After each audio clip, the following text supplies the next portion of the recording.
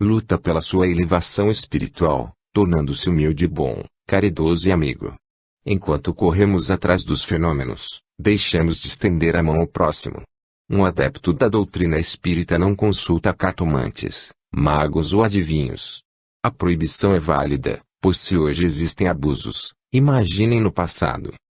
Espero que todos tenhamos aprendido alguma coisa e queira Deus estejamos sempre lutando pela evolução do nosso planeta. Um dia ainda estudaremos a pluralidade dos mundos e veremos por que temos de lutar pela nossa evolução. Que Deus nos abençoe. Terminada a aula, fiquei pensativo, como pode alguém dizer-se espírita e viver na ignorância? Os livros doutrinários são verdadeiros cursos superiores.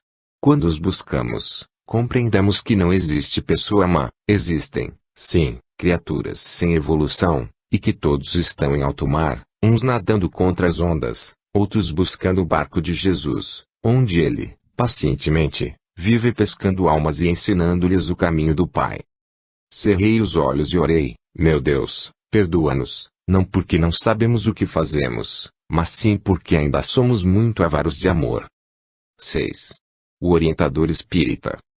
Terminou a aula no educandário de luz. Saímos devagar, batendo um bom papo. Ciron falava-nos sobre o perigo de vivermos buscando fatos miraculosos na doutrina e fazermos uma verdadeira mistura de crenças. Caminhamos até o auditório 7, onde estávamos sendo aguardados. Encontramo-lo vazio, mas logo ficou completamente lotado e um irmão iniciou a prece de abertura, convidando-nos a assistir a um filme. Confesso que minha curiosidade ultrapassava a linha do equilíbrio. O irmão instrutor repetiu esta frase de Hegel: a matéria não é senão espírito, e espírito não é senão matéria. Logo, são um e outro a mesma coisa. Falou, logo em seguida, do fluido cósmico universal, matéria elementar primitiva, cujas transformações constituem a inumerável variedade dos corpos da natureza. Portanto, o ponto de partida para tudo é o fluido universal, que se vai transformando. E continuou. Hoje vamos conhecer uma das imensas e muitas moradas da casa do Pai. Primeiro, vamos aos mundos primitivos. A enorme tela dava-nos a impressão de estarmos no local apresentado. As pessoas, em seu estado primitivo, não possuem beleza, andam com dificuldade e têm os gestos grosseiros. Notamos que no mundo que estávamos ora estudando os seres lutavam com dificuldade para se alimentar. Era um mundo primitivo que aqueles espíritos tinham por tarefa fazer progredir, pois acima de seus corpos grosseiros havia uma inteligência latente. O mundo não possui ainda indústrias nem invenções, mas os espíritos contavam com auxílio divino para deixarem de ser crianças espirituais e crescerem junto ao seu planeta. Logo vimos na tela espíritos de outra morada. Andavam tão levemente que pareciam flutuar. Eram muito bonitos, lindos mesmo. Seus corpos nada tinham da matéria física. Foi-nos informado que ali ninguém adoecia, como também não conheciam as guerras, pois os povos se respeitavam. Seus corpos não se decompunham porque, não adoecendo, não existia morte, e sim desmaterialização. Não havia desnível social, apenas a superioridade moral e intelectual. Naquele mundo era quase nulo o período da infância e as pessoas viviam mais. Não se constituindo os corpos de matéria compacta, os espíritos gozavam de ampla lucidez dos sentidos que os deixava livres. Não temiam a morte, porque conheciam o futuro. Lutavam pela perfeição, nunca procurando elevar-se sobre o seu semelhante. Os mais fortes ajudavam os mais fracos e suas posses correspondiam às possibilidades de aquisição das suas inteligências, mas ali não havia miséria, porque ninguém estava em prova ou expiação. Habitavam um mundo feliz, mas ainda sujeito às leis da evolução. A tela focalizou uma família que dialogava, até a voz daqueles espíritos era diferente. Pareceu-me que não tinham pressa. A casa era toda florida. Estava diante de nós a vida em um mundo superior. Os espíritos sabiam usar os fluidos, que partiam da vontade de cada um. Diante daquela família, fiquei imaginando que futuramente também poderemos ter uma igual. Sem morte nem separação. O filme continuou mostrando-nos as moradas da casa do Pai. Surgiu à nossa frente, então, um mundo regenerador. Nele o espírito encontra a paz e descanso, mas ainda está sujeito às leis que regem a matéria. Todos ali amavam a Deus e tudo faziam para evoluir. Amavam-se e procuravam viver em paz. Nesses mundos, porém, não existe a perfeita felicidade, porque o homem ainda é prisioneiro da carne e ainda tem provas a sofrer. Se não aproveitar a atual encarnação, o espírito pode cair e voltar a viver novamente em mundos de expiação e provas, e aí terá mais sofrimento. Reparando os espíritos naquele mundo regenerador, parecia estar vendo uma colônia de férias, um descanso necessário, e pensei, logo nosso planeta estará também regenerando-se, para a felicidade de todos nós. Diante de nós, em imensa tela, desfilavam as diversas moradas da casa do Pai, o seu progresso, as suas fases, desde o instante em que se aglomeram os primeiros átomos de sua formação. À medida que o espírito avança na senda do progresso, tudo ao seu redor também progride, os animais, os vegetais, as habitações. Depende de todos nós a evolução da Terra. Agora, ai daqueles que não descobrirem Deus e não lutarem pela regeneração do planeta. Aparecia, para todos nós, a morada da regeneração, onde os espíritos encontram a paz, o descanso e se purificam, embora ainda sofrendo as leis da matéria. Diz o Evangelho segundo o Espiritismo no capítulo 3º, item 17. A humanidade experimenta as vossas sensações e desejos, mas liberta das paixões desordenadas de que sois escravos, isenta do orgulho que impõe silêncio ao coração, da inveja que a tortura, do ódio que a sufoca. Em todas as frontes vê-se escrita a palavra amor, perfeita equidade preside as relações sociais, todos reconhecem Deus e tentam caminhar para Ele, cumprindo-lhe as leis. O homem lá é ainda de carne. Depois do filme, começaram as perguntas. Em O Evangelho segundo o Espiritismo, capítulo 3º, item 9, está escrito, como por toda parte, a forma corpórea é sempre a humana, mas embelezada, aperfeiçoada e, sobretudo, purificada. Em O Livro dos Espíritos, questão 56 do capítulo 3º, lemos, a constituição dos diferentes globos é a mesma. Resposta, não, eles não se assemelham de modo algum. Na pergunta 57, a constituição física dos mundos, não sendo a mesma para todos, seguir-se-á tenham organizações diferentes os seres que os habitam. Resposta, sem dúvida, como para vós os peixes são feitos para viverem na água e os pássaros no ar. Se prestarmos atenção no estudo das obras básicas, veremos que um livro complementa o outro. O Evangelho segundo o Espiritismo, no capítulo 3º, item 9, diz, nos mundos que chegaram a um grau superior, as condições de vida moral e material são muitíssimo diversas das da vida na Terra. Como por toda parte, a forma corpórea aí é sempre humana, mas embelezada, aperfeiçoada e, sobretudo, purificada. A resposta de O Livro dos Espíritos se refere aos corpos físicos na longa estrada da evolução. Se lermos com atenção, concluiremos que o princípio inteligente, vivendo no reino animal, não possui ainda um corpo humano, e feliz desse espírito que está seguindo a lei natural da evolução, passando pelos 3 reinos da natureza. Agora, os espíritos culpados, deportados para mundos inferiores, terão seus corpos perispirituais deformados de tal modo que será difícil dizer que ali se encontra um ser humano. Por isso a resposta de O Livro dos Espíritos, questão 56. Não, eles não se assemelham de modo algum. Seria pretensão se um espírito inferior tivesse o corpo belo e esplendoroso de um espírito puro. Outras perguntas foram feitas, até o momento em que a aula foi encerrada. Retirei-me sem pressa, pensando, bendita seja a doutrina espírita, que abre não só os nossos corações, porém ainda mais os nossos olhos. Ao que chega ao espiritismo só acreditando nos fenômenos e não se torna um espírita verdadeiro. O verdadeiro espírita rejeita 10 verdades para não aceitar uma só mentira. O verdadeiro espírita ocupa sempre os últimos lugares, mas é o primeiro em humildade e amor. Feliz do seguidor de Kardec que já se desapegou da veste da vaidade e está construindo em seu coração a casa de Jesus, onde é um pastor de almas pelo perfume da doutrina que exala ao seu redor, mesmo sem a pretensão de desejar educar e transformar os que o cercam. Os livros da codificação não representam armas apontadas para os outros, usadas em debates, em confrontos de irmãos ainda despreparados para viver em espírito e verdade, como discípulos que devem ser da doutrina regeneradora.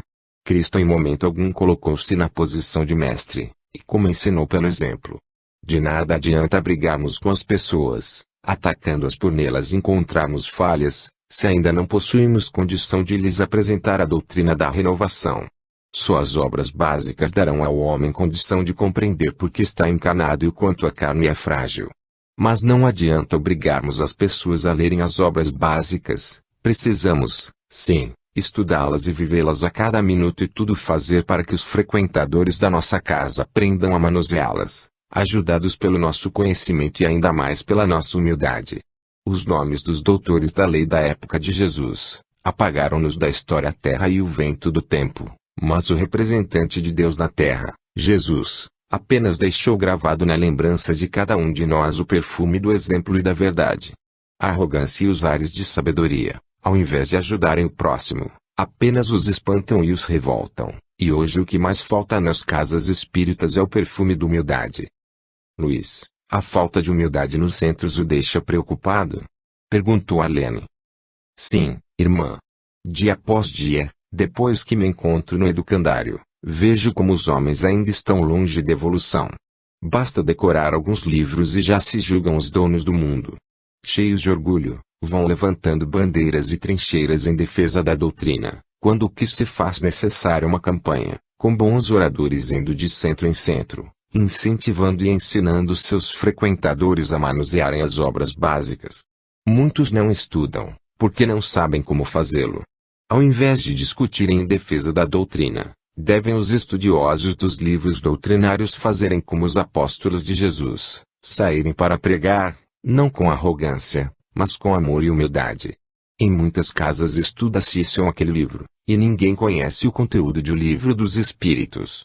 Sem ele, juntamente com o livro dos médiuns, o que é o Espiritismo, o céu e o inferno, a Gênese, o Evangelho segundo o Espiritismo e obras póstumas, dificilmente o espírita vai compreender a doutrina e, sem entendê-la, continuará buscando outras crenças, casando-se nas igrejas, batizando seus filhos, buscando cartomantes, adivinhos, enfim, ele chegou à doutrina mas nada sabe sobre ela. Portanto, coloquemos os pés na estrada do Mestre, procurando ajudar o nosso próximo com exemplos, amor e respeito. Vem bem a propósito esta passagem de Evangelho segundo o Espiritismo, capítulo 25, item 9. Não possuais ouro nem prata, nem leveis dinheiro nos vossos cintos, nem alforje para o caminho, nem duas túnicas nem calçado nem bordão, porque digno é o trabalhador do seu alimento.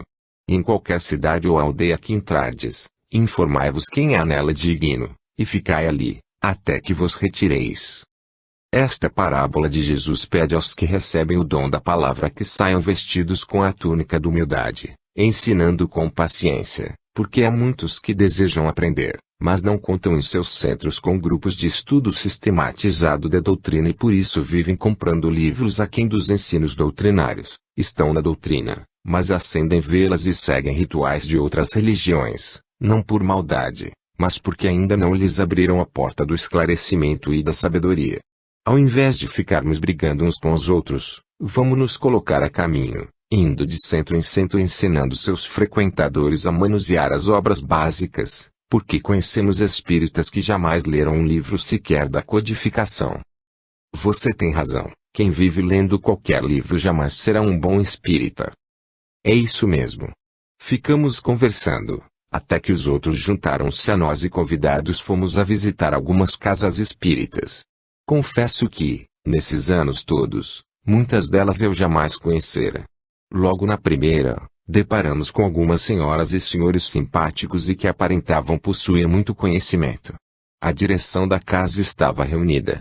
Atentos a tudo e com a permissão do mentor do centro, ficamos ouvindo as ponderações de cada um. Falaram e não chegaram a conclusão alguma, ou melhor, um deles levantou-se e referiu-se a outras casas. Tomás, Arlene, Ciron, Luanda e olhamos uns para os outros, sem compreender o porquê daquela reunião.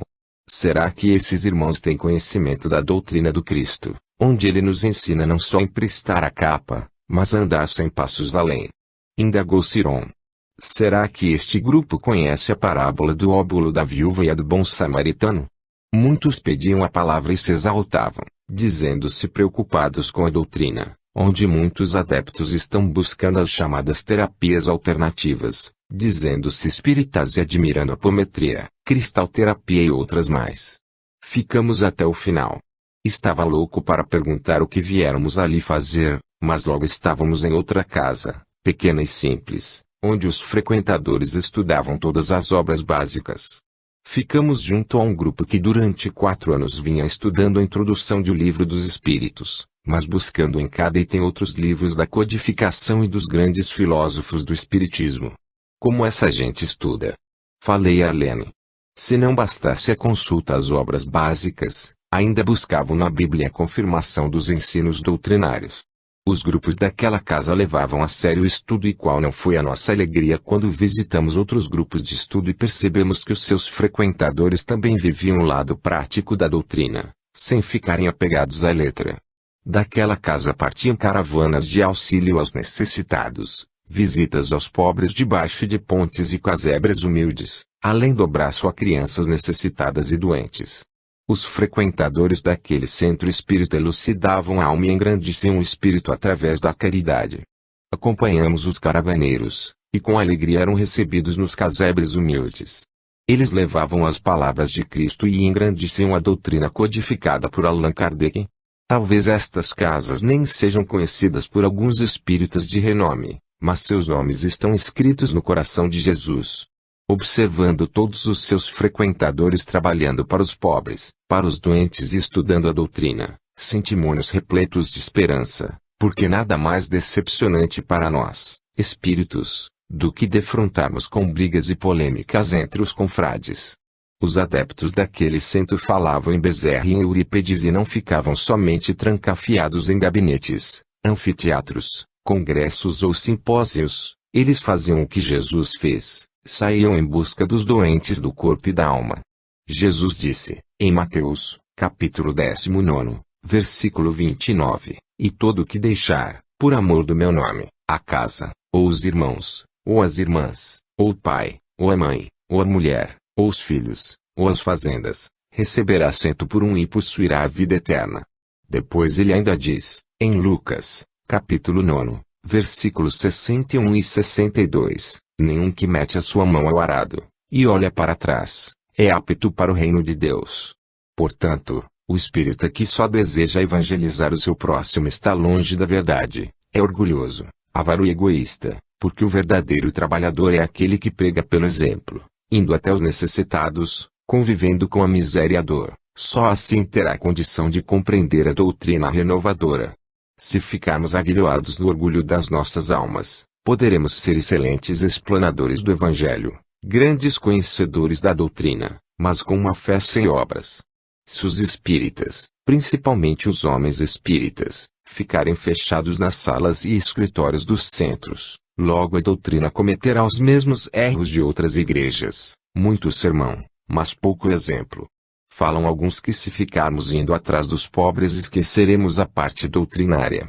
Grande erro. Só compreenderemos a magnitude da obra doutrinária se abraçarmos a caridade, sem ela não existe doutrina alguma, e quem diz isso é Paulo de Tarso, primeira epístola aos Coríntios, capítulo 13, versículo 1, se eu falar as línguas dos homens e dos anjos, e não tiver caridade, sou como um metal que soa, ou como sino que tine. Veja bem, o espírita pode viver em congressos, simpósios e encontros, mas se não praticar a caridade será apenas um sino que tine. Paulo ainda diz, no versículo 2, e se eu tiver o dom da profecia, e conhecer todos os mistérios, e quanto se pode saber e se tiver toda a fé, até no ponto de transportar montes, e não tiver caridade, não sou nada. Que importa devorarmos todos os livros, se deixarmos os erros arraigados em nós, um deles o orgulho. Como nos dizem bons espíritas, a caridade nunca vai acabar ou deixem de ter lugar as profecias, ou cessem as línguas, ou seja abolida a ciência. Agora, pois, permanecem a fé, a esperança e a caridade, estas 3 virtudes, porém a maior delas é a caridade. Versículo 13. Hoje os centros espíritas estão repletos, mas poucos buscam uma mudança em seus hábitos. Mesmo aprendendo na doutrina, o ser continua maledicente, avaro, egoísta e orgulhoso, nunca tendo complacência de ninguém, disse espírita, mas no trabalho, em casa, no trânsito ou na rua é um verdadeiro fariseu hipócrita, que prega a moral e a perfeição, mas longe se encontra do dever. Se abordado por um faminto, vira-lhe as costas e ignora a fome, num país onde a mortalidade infantil é assustadora. E ainda dizem que o espírita não deve preocupar-se com os pobres, assim ele não terá tempo de se auto-evangelizar. Meu Deus, os cardeais e os padres até hoje estudam teologia e são grandes conhecedores dos evangelhos, mas olhem para suas mãos, algumas estão vazias, porque eles não têm tempo de socorrer aquele que sofre. Mas não só as mãos estão vazias, as igrejas também. Se a doutrina não voltar à época dos apóstolos do Espiritismo, veremos a nossa igreja íntima, o nosso coração, repleto de erros e dogmas, e vazio de sentimentos. A doutrina espírita é a chave que abre a porta da espiritualidade para que não vivamos na ignorância. Todavia, se abrimos a porta e permanecemos de fora, é porque não temos condição de adentrá-la, sentimos dificuldade em ultrapassá-la, pois estamos cheios de bagagens e por essa porta só passam os pobres de espírito, aqueles que, mesmo no corpo físico, já se despojaram das coisas temporais. Por essa porta passam os que respeitam para serem respeitados, os que não atacam nem ferem nem matam as esperanças alheias. Os que divisam essa porta são todos aqueles que estão trabalhando por um mundo sem fome, sem lágrima, sem desespero, aqueles que já esqueceram de si mesmos para que outros sejam respeitados pela sociedade ainda materialista. O espírita não vive para causar a separação nem para fazer intrigas, porque o seu tempo é diminuto, ora estuda, ora faz a caridade. Se somos o cristianismo redivivo, como esquecer as pregações de Jesus com seus apóstolos, a multiplicação dos pães para o povo faminto? Como esquecer as andanças dos apóstolos nos casebres de Nazaré, Jericó, Cafarnaum, Betsaida e Genezaré? Como permanecer orgulhoso se a doutrina nos ensina a divisar o mundo espiritual, onde a traça corrói os bens temporais e tudo apodrece? Como se dizer espírita e viver azedo de ódio e críticas? Que saudade de Anália Franco, de Eurípides, de Bezerra e de tantos outros apóstolos da doutrina espírita. Mas muitas vezes eles têm razão, comentou Ciron, captando meu pensamento. Muitos espíritas andam misturando de tudo, até pirâmides existem em certos centros. É verdade, Ciron. Esses dias fomos em um centro, dito espírita, que tinha de tudo. Isso é o que nos assusta. Porque muitos chegam ao centro espírita, mas ainda buscam as antigas religiões e gostam da terapia através das pirâmides, a cristalterapia, cultuam os duendes, gnomos, enfim, fazem uma salada difícil de se compreender. Isso acontece porque o presidente e seus grupos de trabalhadores não elucidam essas pessoas. A casa não dispõe de pessoas competentes para ensinar a doutrina como encontramos há pouco, com vários grupos de ensino das obras básicas e não de qualquer livro que é editado. Desde o momento em que os irmãos descobrem as verdades espirituais vão usando o discernimento, e daí deixando os antigos hábitos. Não sei, não. Já vi casas que fazem de tudo para os frequentadores estudarem e estes só vão tomar passes e ouvir palestras. Trabalhar, que é bom, nada. Você tem razão, Luiz. Ainda existem companheiros que se dizem espíritas, porque vão a uma casa espírita só para tomar passes ou ministrá-los, uma vez por semana. Não só frequentadores, interferiu Luanda. Muitos, que fazem parte da diretoria, apenas frequentam o centro, dão passes, fazem palestra e nada mais, dizem até que já se aposentaram. Essas pessoas são culpadas pelos fatos desagradáveis que vêm ocorrendo nos centros espíritas, médiuns desequilibrados, querendo aparecer, repletos de vaidade. Quem já tem conhecimento deve pegar a charrua, e não ficar descansando nos louros do aprendizado. Se cada irmão, com vários anos de doutrina, arregaçar a camisa e puser mãos à obra, levará consigo vários companheiros que hoje ainda têm dificuldade em diferenciar espiritualismo de doutrina espírita.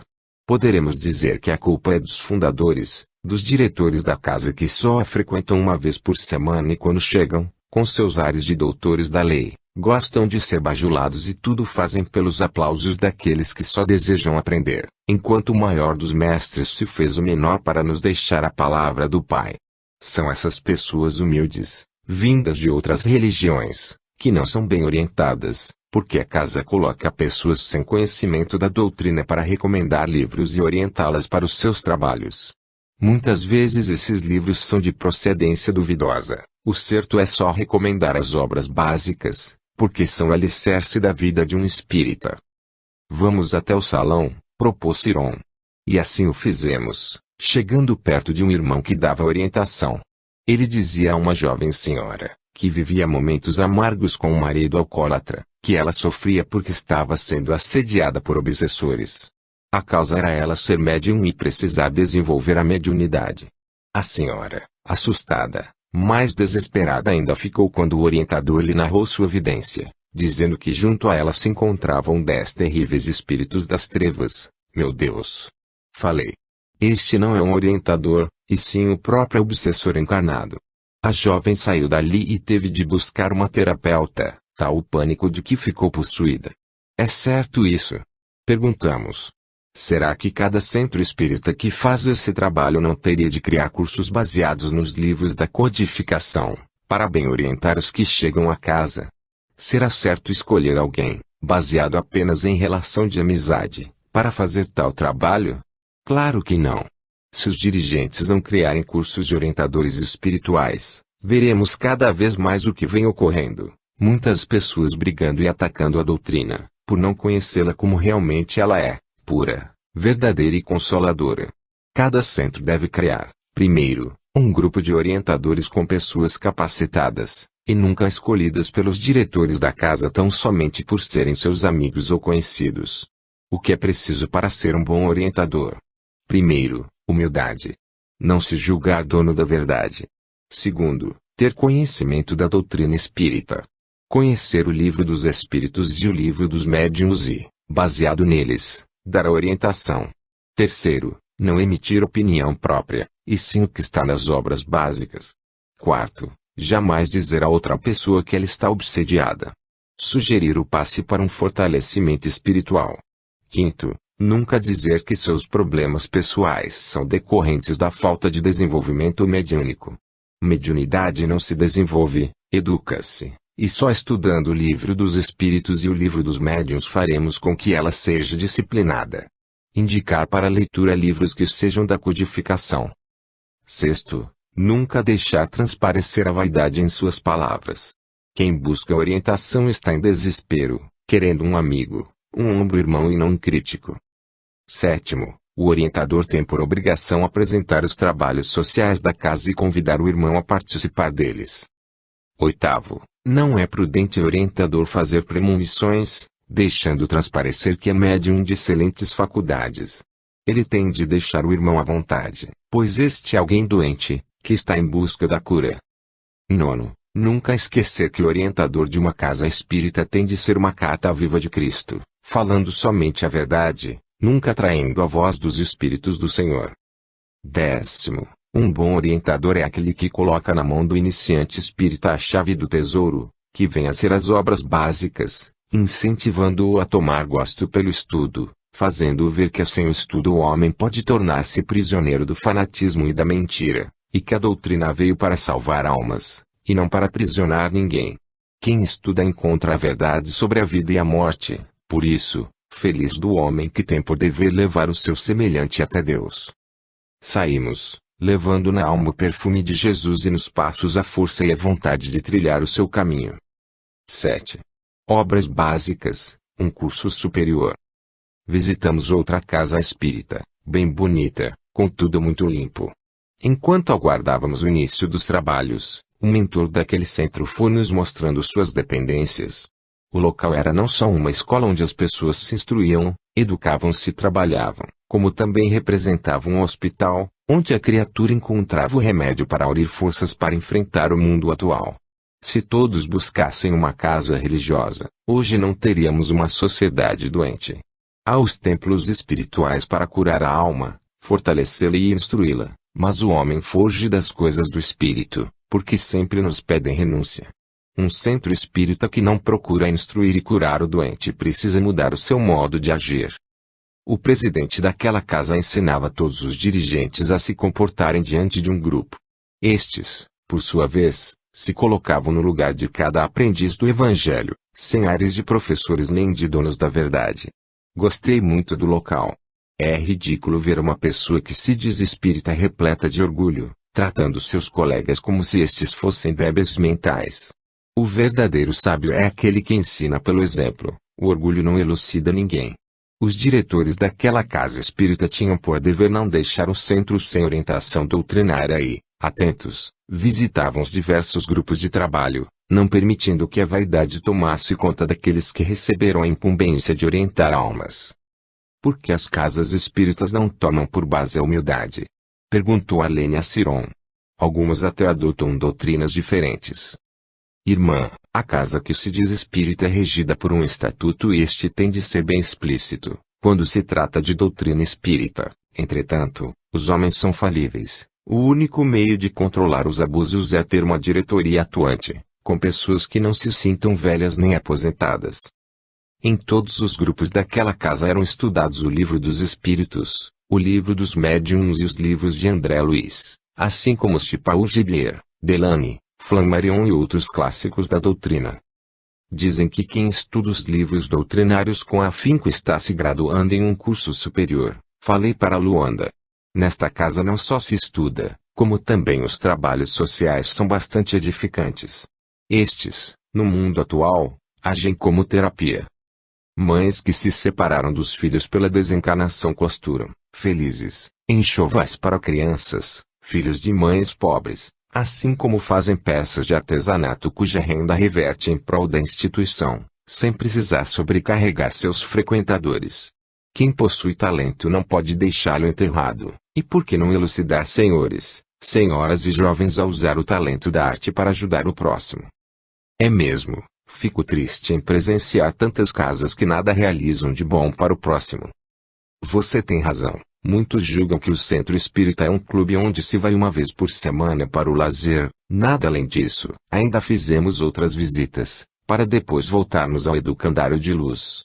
Olhei mais uma vez aquele belo lugar onde abnegados espíritos, preocupados com a evolução da Terra, pacientemente, vêm esclarecendo os encarregados da difusão doutrinária. Quantos dirigentes espíritas, presidentes de centro, recebem do alto elucidações preciosas, mas deixam o orgulho em suas opiniões próprias dirigirem a casa onde trabalham. As flores ornamentavam as pracinhas e as fontes de águas cristalinas davam vida ao educandário. Senti-me tão feliz que olhei para cima e falei: Pai, não sou digno de conhecer as vossas verdades, mas fazei de mim um operário das vossas obras. Fui o último a entrar, o que deixou meu grupo apreensivo. Fitaram-me, preocupados, e fui sentando devagar, dizendo: Calma, gente, eu não sou de fugir. Sabemos disso, sendo essa a causa de nossa preocupação, falou-me Luanda. Nisso, o instrutor continuou a aula sobre a introdução de O Livro dos Espíritos, o valor inestimável de bem estudá-la. Sem uma leitura apropriada da introdução, jamais compreenderemos a beleza deste livro. Vamos nos lembrar mais uma vez do episódio das mesas girantes e de como tudo se passou. Elas se movimentavam perante inteligências privilegiadas, e não fanáticos religiosos. Diante dos primeiros fenômenos houve muita celeuma, pois nem todos a tudo aceitavam, principalmente Allan Kardec, sendo bom senso encarnado, estava atento a tudo que se passava à sua frente, principalmente aos fatos espirituais. Estudando a introdução, podemos acrescentar ao estudo toda a obra básica, dinamizando-o com pesquisas. No item 3 da introdução podemos consultar todas as obras que falam das primeiras manifestações espíritas, as mesas girantes e os fenômenos físicos que se apresentavam de várias formas. Encontramos as explicações para tais fatos em várias obras de Paul Gibier, William Crookes, César Lombroso, Camille Flammarion e outros estudiosos. Contudo, dizer que não compreendemos o Livro dos Espíritos é sinal de que ainda não aprendemos a folheá-lo. Desde o momento em que nos familiarizamos com ele, tudo se torna mais fácil, e vamos encontrando respostas certas para nossas indagações. Por isso, Todas as casas espíritas precisam estudar os livros da codificação, assim como os dos grandes filósofos da doutrina. O perigo do iniciante é buscar em qualquer livro que se diga espírita o alicerce para sua fé e negligenciar a semente, que são as obras básicas. Passamos para o item 4 da introdução, e o palestrante continuou: não foi o homem quem inventou o espiritismo, ele surgiu através dos espíritos que no início usavam os objetos para assinalarem sua presença. Ninguém, por mais inteligente que fosse, iria preocupar-se em mistificar através de batidas ou de movimentos de mesas, ou imaginar que ali estava um espírito querendo fazer-se ouvir. Foram os próprios espíritos que encontraram um meio, ainda que primário, de dizer: estamos aqui, não morremos, e eles próprios foram melhorando as formas de se comunicarem. Primeiro ocorreram as pancadas, depois o movimento das mesas, para logo após darem o conselho da adaptação de um lápis a uma cesta ou a um outro objeto. Essa cesta, pousada sobre uma folha de papel, punha-se em movimento pela mesma força oculta que também fazia mover as mesas. Entretanto, ao invés de um simples movimento regular, o lápis traçava por ele mesmo palavras, frases e discursos inteiros, de várias páginas, tratando de questões de filosofia, de moral, de metafísica, de psicologia, etc., isto com tamanha rapidez, como se fosse escrito com a mão. Esse fato ocorreu em vários países, ao mesmo tempo, dando a certeza de que chegara a hora do intercâmbio entre o mundo físico e o mundo espiritual. O conselho de adaptar um lápis a uma cesta ou a outro objeto foi dado por um espírito, em Paris, a 10 de junho de 1853, mas os espíritos já vinham se manifestando desde 1849. Também no item 4 da introdução podemos perceber que os espíritos foram orientando os encarnados sobre o valor dos médiuns. Eles precisavam de homens ou mulheres com força suficiente para ajudá-los. Essas pessoas foram designadas médiuns, que quer dizer medianeiros ou intermediários dos espíritos junto aos encarnados.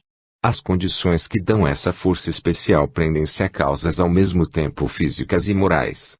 Encontramos médiuns de todas as idades, de ambos os sexos e em todos os graus de desenvolvimento intelectual.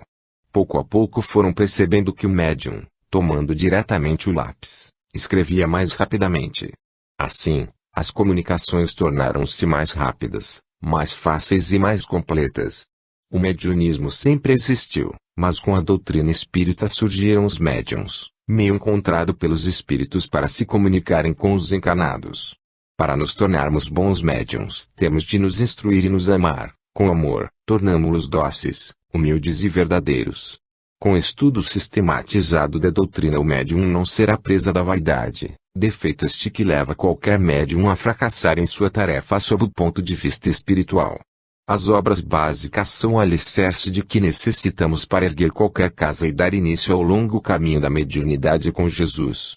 O médium que ignora o livro dos espíritos, o livro dos médiuns, o que é o Espiritismo e o Evangelho segundo o Espiritismo, pode ser vítima da mistificação. Portanto, quem levantar as paredes de uma casa espírita terá de fazê-lo com um bom alicerce e uma boa cobertura, e isso só se dará se a sua diretoria conscientizar os seus companheiros de que devem amar uns aos outros e se instruírem. E isto quer dizer, trabalhar, desprender-se e conhecer a verdade. Todo estudo antagônico à doutrina leva o médium ao desequilíbrio, sendo responsabilidade da casa o que ocorrer nela. Estudar é mergulhar no mar de oportunidades oferecido pela codificação. Que Deus nos abençoe. Permaneci na minha cadeira, recordando-me de cada casa espírita que já visitei, da falta de caridade de algumas para com os médiuns iniciantes, onde orientadores sem base doutrinários levem a uma mesa mediúnica, a uma cabine de passes, sem o preparo necessário. Há dias presenciei um dirigente convidar um irmão portador de uma séria doença para ministrar passes. Vamos, amigo, disse-me Tomás. Levantei-me e Tomás acrescentou, interpretando meus pensamentos: Luiz, se esse despreparo existe no meio espírita, por mercê de Deus temos mais, muito mais verdades. 8. Caridade, Deus no coração. Andando pelas praças do Educandário de Luz, deslumbrava-me cada vez mais com a beleza da paisagem. Na Praça das Acácias, um chafariz cujas águas coloridas lembram um arco-íris, onde vários espíritos ficam a conversar e admirar aquele lugar repleto de bons fluidos. Sentei-me em um dos bancos. Comigo estava Tomás que, falando pausadamente, ia me orientando sobre o educandário. Os casarões que circundam a praça me pareceram irreais, de tão belos. Tomás, como podem os encarnados julgar que aqui, no plano espiritual, não existe vida? Os chamados mortos estão mais vivos do que nunca. Luís, o homem encarnado, por ser ainda pecador, foge da luz, porque a luminosidade o incomoda e faz com que fiquem invisíveis as suas imperfeições.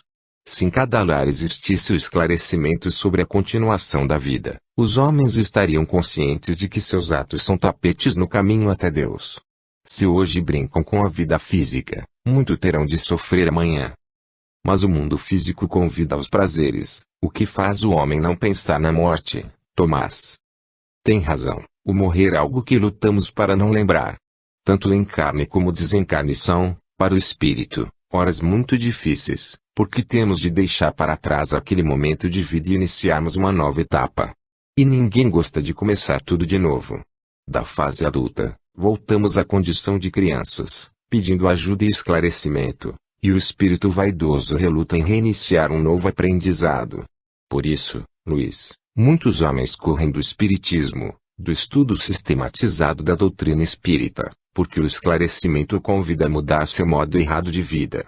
A doutrina espírita nos diz, fora da caridade não há salvação, ensinando que toda a moral de Jesus se resume na caridade e na humildade.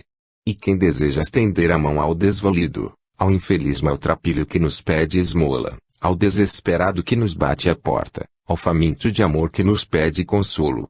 Quem deseja ser humilde, quando se julga importante, dono da verdade, bajulado, endeusado, rico de bens terrenos, aplaudido por muitos. Como buscar uma doutrina que diz, bem-aventurados os pobres de espírito.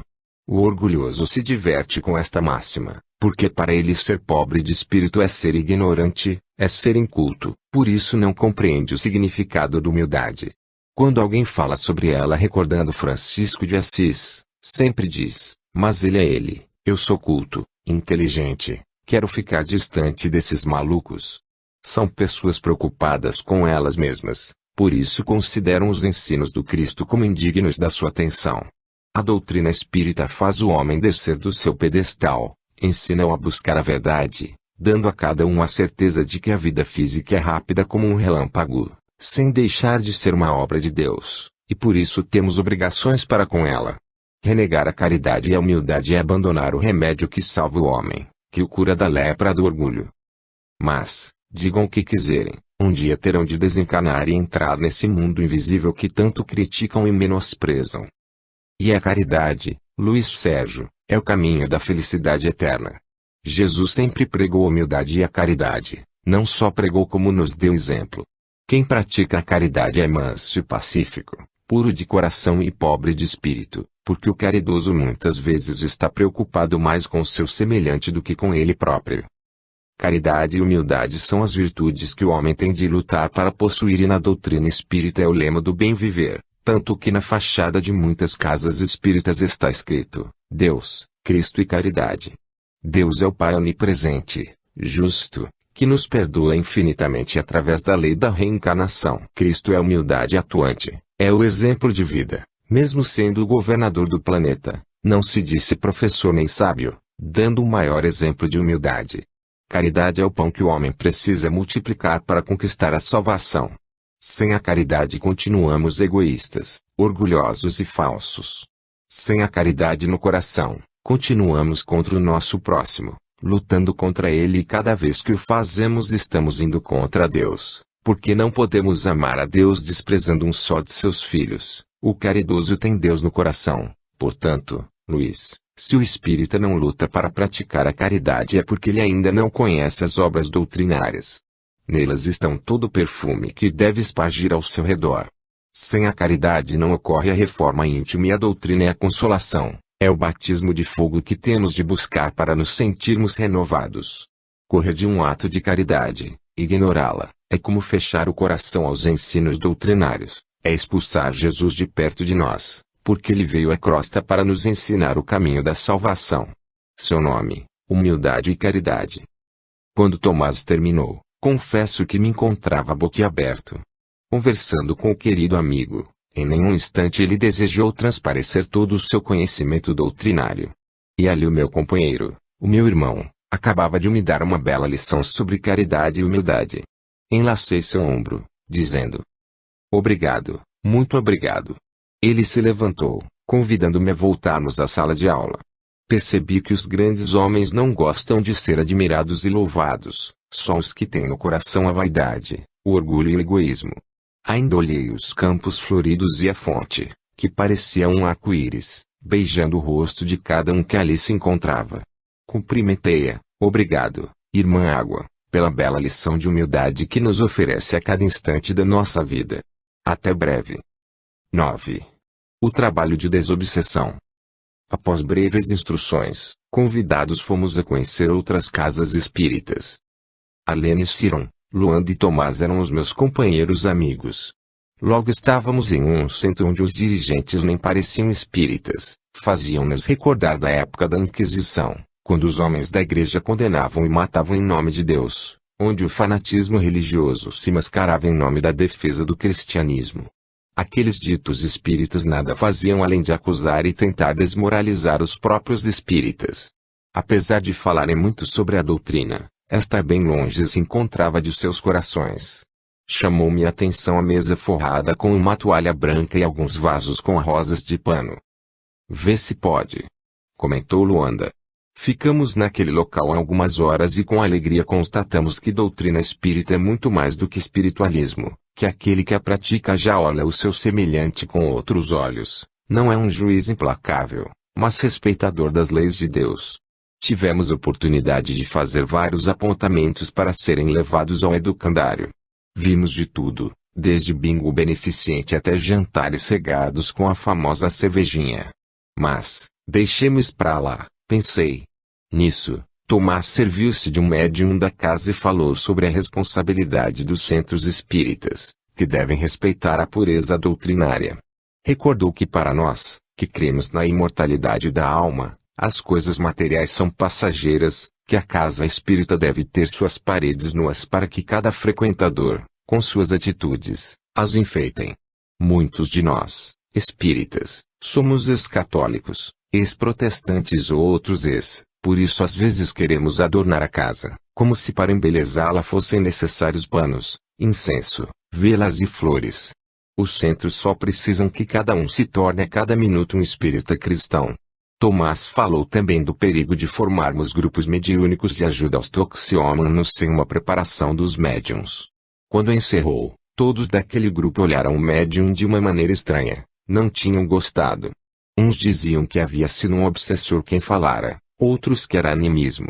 Tomás fora muito severo para com aqueles irmãos, que julgavam ser os donos da verdade. Quando dali saímos, perguntei-lhe: você acha que eles vão mudar? Creio que alguns deles compreenderão as minhas palavras. Tomás, já visitamos várias casas espíritas e constatamos que em algumas delas, até no passe, o médium estala dedos, geme e se diz incorporado. Se o dirigente de uma casa espírita não segurar bem forte o leme da responsabilidade para com a doutrina, Luiz Sérgio, teremos tais fatos e muitos outros. Agora, quem estuda as obras básicas jamais incorre nesses erros.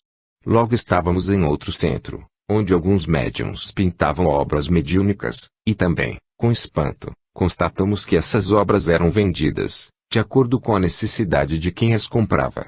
Dizia o encarregado de vender as obras: este é o quadro que irá curá-lo, este outro vai curar seu filho, este outro vai curar seu marido. Com assombro, vimos que aqueles pintores eram médicos, pois receitavam remédio para várias dores. Recordamos de uma passagem de O Livro dos Médiuns, que não podemos deixar de aqui transcrever, segunda parte, capítulo 16. Médiuns, pintores ou desenhistas, os que pintam ou desenham sob a influência dos espíritos. Falamos dos que obtêm trabalhos sérios, visto não se poder dar esse nome a certos médiuns que espíritos zombeteiros levam a fazer coisas grotescas, que desabonariam o mais atrasado estudante. Como é triste presenciarmos tais fatos. comentou Arlene. É inacreditável que numa casa que se diz espírita consintam que associem pintura mediúnica à cura física. Por que assim procedem? Indaguei. Falta de conhecimento doutrinário. Em uma casa onde se estuda as obras básicas jamais ocorrerá o que acabamos de ver. No livro Chama Eterna, Pierre Lambrette falou sobre a pintura mediúnica, o perigo do ridículo. Anotamos vários fatos desagradáveis, mas logo estávamos em uma bela casa, onde a limpeza era o seu cartão de visita. A tudo examinávamos, era um lugar lindo, repleto de folhagens, flores e rosas, um jardim muito bem cuidado. Adentramos um salão muito grande, onde um palestrante falava sobre a doutrina. O público, atento às suas palavras, dava ao ambiente uma atmosfera de paz. Logo visitamos a casa, que podemos chamar de modelo. Ali estudava-se o livro dos Espíritos, assim como todas as obras da codificação. O mais importante, entretanto, era que, quanto mais estudavam, mais humildes iam se tornando. Não eram os donos da verdade nem doutores da lei, mas criaturas que, através do conhecimento doutrinário, modificavam-se, esforçando-se para se tornarem melhores. Eram almas vivendo junto ao consumismo, mas recordando-se de Jesus e lhe seguindo os passos, fazendo jus ao lema da doutrina, Deus, Cristo e caridade, o momento supremo da renovação pela fé raciocinada, onde o homem se conhece e se respeita e, por conhecer a si mesmo, procura conhecer e respeitar o seu próximo. Deus nos concedeu a vida e a consciência, onde está registrada sua lei. Jesus nos ensinou a viver seguindo as leis de Deus, nos indicou também o caminho e a vida, e a doutrina espírita nos revelou as coisas tidas como misteriosas, tirando do túmulo o morto e fazendo com que todos sejamos irmãos, ensinando-nos que o pobre de ontem pode ser o rico de hoje e que ninguém leva a riqueza material para o mundo dos espíritos. A doutrina espírita revela a verdade. O que no passado não conhecíamos, hoje encontramos a chave do cofre, só precisamos abri-lo, e isso só acontecerá quando retirarmos do cofre as pérolas, que são as obras básicas da codificação kardeciana. Como podemos considerar-nos espíritas, se ainda não sabemos dessa verdade e não a temos por companheira? A responsabilidade de alguém que se considera espírita é muito grande, principalmente se tem sob a sua guarda crianças, jovens e companheiros que nele buscam conhecimento.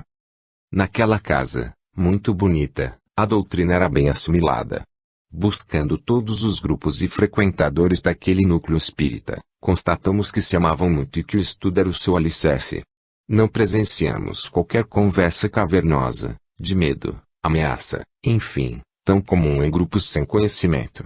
Ao sair, aqueles irmãos levavam consigo a mensagem viva da doutrina, tomando conhecimento de que não é em todos os lugares ou momentos que devemos falar sobre espíritos e mediunidade. Ciron parou para admirar a mocidade e, com carinho, constatamos que não eram separados os jovens dos velhos, pois bem sabemos que existem jovens com capacidade de um homem de 40 anos e sabedoria de um de 90, e pessoas idosas com espírito jovem e dinâmico. No salão, crianças, jovens e idosos riam e trabalhavam para manter a casa longe das rifas, dos bingos e dos jantares regados a vinho e cerveja.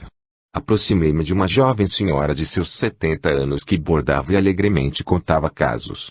Bendita doutrina, que leva as pessoas a se respeitarem, porque é bem comum ver-se jovens correndo dos idosos, sem querer ouvi-los e ainda mais participar junto a eles de seus afazeres. Depois, vimos as crianças ensaiando peças de teatro, todas elas tiradas do Evangelho segundo o Espiritismo, era a evangelização infantil.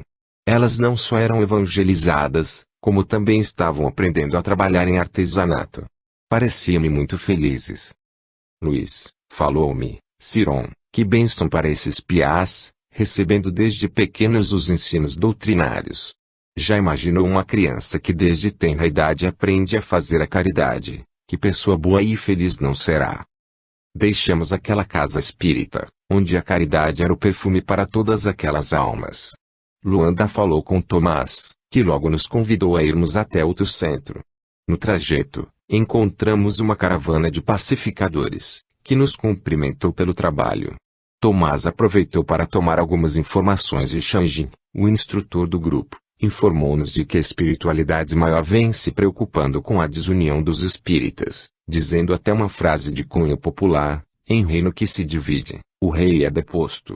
Portanto, antes da crítica cultivemos o amor. O trabalho dos pacificadores é fazer com que as federações abram seus braços para todos os centros que desejem aprender, e ensinar o que é a doutrina espírita. Atirar pedras em árvore, sem conhecer o sabor de seus frutos, é falta de caridade, e bem sabemos que várias casas pecam por ignorância.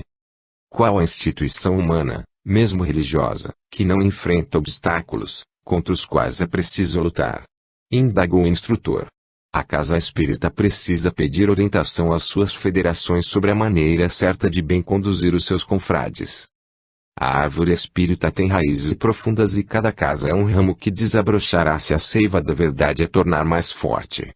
A raiz é a doutrina e cabe partir de cada federação a orientação segura, caridosa e amiga, sem muito discurso, mas com muita obra pelo exemplo. Só assim acabaremos com as brigas e ataques de uns para com os outros. Nós, os pacificadores, tudo fazemos pela união dos espíritas.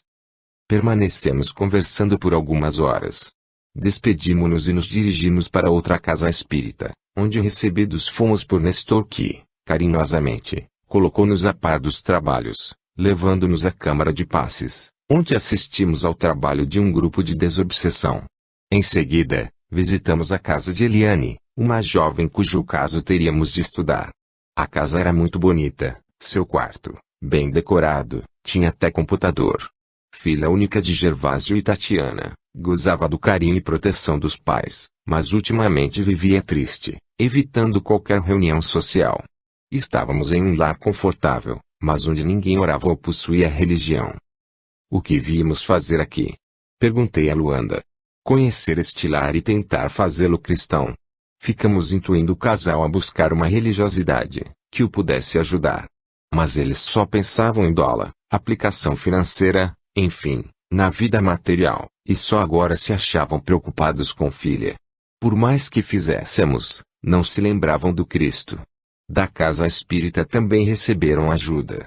Um grupo espírita fez com que uma amiga da mãe de Eliane viesse à sua casa lhes falar da doutrina, mas Tatiana mudou logo de assunto. Tinha pavor dessas coisas, como ela mesmo dissera.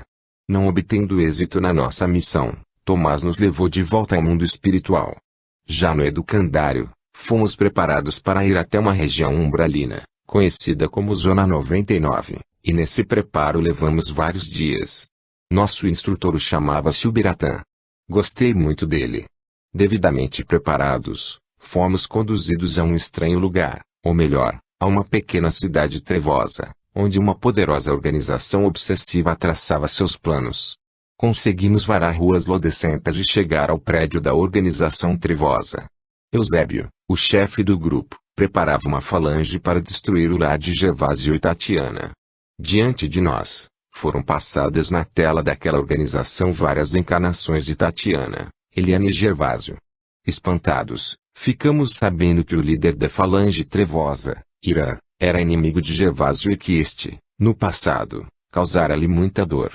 Com o coração repleto de rancor, aliou-se a Eusébio para localizar suas vítimas e vingar-se delas. O educandário de luz, que não só forma grupos de estudos, mas também procura ajudar os encarnados através das casas espíritas bem dirigidas, colocou-nos ali para conhecermos um pouco do terrível mundo dos obsessores.